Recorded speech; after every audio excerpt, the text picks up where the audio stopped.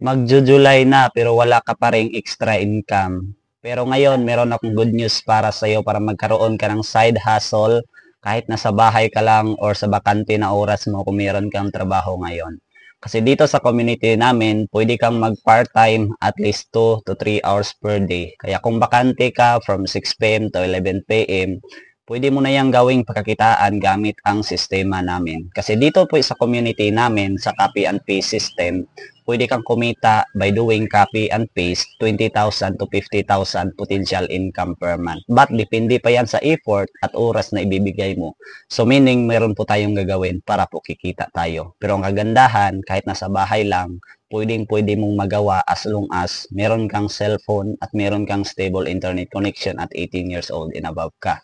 At last na kailangan mo, dapat meron kang account ID para maging connecta ka sa sistema na copy and paste system para magawa mo na mag-copy and paste at makapag-set ng appointment at kikita ka. Kaya mag-comment ka sa baba ng video na ito or taga saan ka man ngayon para ma-prioritize kita kung papaano.